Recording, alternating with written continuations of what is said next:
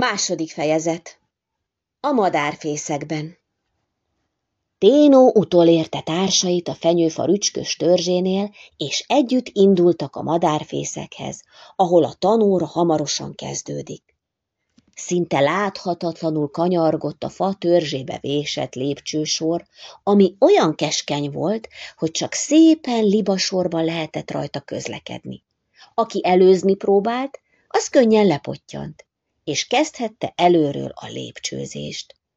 Ténó nagyon szeretett volna gyorsabban haladni, de már vele is többször megesett, hogy tolongás közben lelökték az óvatlan vulki gyerekek.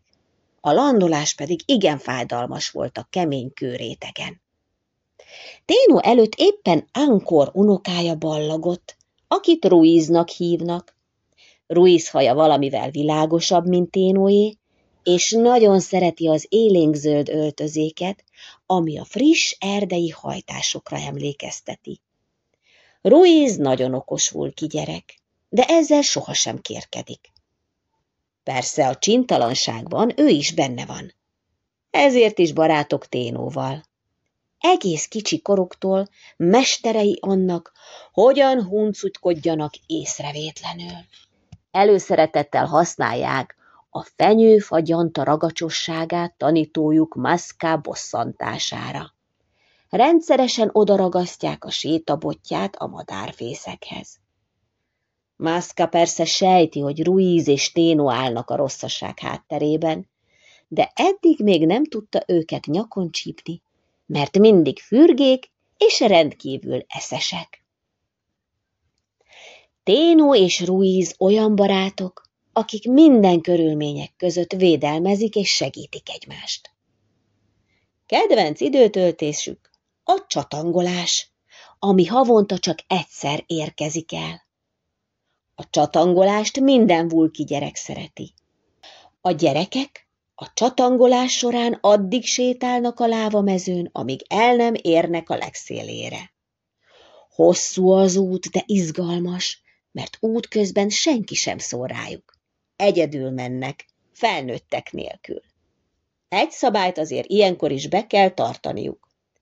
Nem mehetnek tovább, mint a lávamező széle.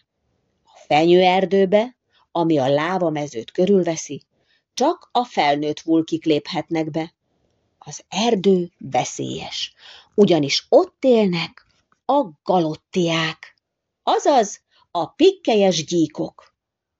A gyíkok köztudottan szeszélyesek. Nem szeretik, ha a vulkánmanók az ő területükön gyűjtögetik össze készleteiket. A vulkik emiatt nagyon vigyáznak, hogy csak éppen annyi bogyót és magót gyűjtsenek össze a fenyőerdőben, amennyire feltétlenül szükségük van. Arra is ügyelnek, hogy csak akkor menjenek a gyíkok területére, amikor azok biztosan pihennek. A galottiák akkor mozgolódnak a legtöbbet, amikor igazán meleg van. Emiatt a vulkik csak kora reggel és késő délutáni órákat használják élelemgyűjtésre. Délben sohasem merészkednek a gyíkok területére, sőt, este sem, mert a galottiák akkor szoktak elkezdeni vadászni, és érett bogyókat eszegetni. Nagy sokára Ténó és társai felértek a madárfészekbe. Maska, a tanítójuk köszöntötte őket a vulkik ősi mozdulatával. Azaz feltartott tenyérrel, zárt ujjakkal egy körívet írt le a levegőben. A gyerekek utánozták mozdulatait, és ezzel el is kezdődött a tanóra. Ezen a napon különösen meleg volt a levegő, és teli porral. Alig lehetett ellátni a vulkánig, ami pedig nincs is olyan messze. Ténó feje a melegtől egyre lejjebb bukott, és már szinte majdnem elbóbiskolt. Ruiz ült mellette, aki megbökte könyökével, hogy magához térítse barátját. Ha nem szeded össze magad, biztosan nem jöhetsz a következő csatangolásra, sziszegte Ruiz. Jaj, ugyan már, csak annyi történt, hogy elbóbiskoltam a melegtől. Apropó, te emlékszel, hogy mikor volt utoljára ilyen meleg? kérdezte Ténó. Amióta megszülettünk, biztosan nem volt ennyire tikasztó a hőség. Ez nem is jellemző a szigeten, mondta Ruiz. Nem értem. Nem értem, hogy mi okozza, de utána kellene járni, gondolkodott hangosan Ténó. Feleslegesen rágódsz ilyeneken. Pontosan tudod, hogy nem mehetünk le a lávamezőről. És amúgy is, ha le is mennénk, akkor sem látnánk semmit. Legfeljebb a környéken repkedő kanárikat vagy pintyeket tudnánk megkérdezni, hogy láttak-e valamit, ami a hőhullámot okozza. Vélekedett Ruiz, de rögtön el is hallgatott, mert Masca tekintete szikrázott a dühtől. Jó lenne, ha csevegés helyett inkább a tanulásra figyelnétek ti ketten, szólt rájuk a tanító. Masca hangjára Ruiz és Ténó összehúzták magukat, és várták a büntetést.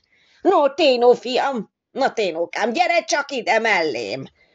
Hadd kérdezzek valamit az imént elhangzott tananyagból. Ténó kénytelen, kelletlen Masca mellé vánszorgott, és reménykedett benne, hogy valami olyasmit kérdez, amit már korábban tanórán hallott. Azonban kár volt bizakodnia, mert Mascának esze ágában sem volt olyan kérdést feltenni, amire Ténó könnyedén tudna válaszolni. Na, szeretném megkérdezni, hogy szerinted hogyan hagyják el a fenyőmagok a tobozt? Tette fel a kérdést Masca elégedetten. Ténó lába földbe, azaz madárfészekbe gyökerezett, és remegve gondolkodott a válaszon. Ruiz, aki látta barátja küszködését, segíteni próbált, és olyan mozdulatot tett a karjával, mintha el akarna repülni. Mentőakcióját Masca nem vette észre, mert éles szemeivel kizárólag Ténót vizslatta. Már majdnem a helyére küldte, amikor a vulki gyerek végre kibökte a bizonytalan választ. Kirepülnek a tobozból? Masca szóhoz sem tudott jutni a csodálkozástól, csak némán bólintott, és a helyére zavarta Ténót. A válasz ugyan helyes volt, de elvárom, hogy ezentúl jobban koncentrálj az óráimon, jelentette ki Masca ellentmondás nem tűrő hangon, majd folytatta az okítást.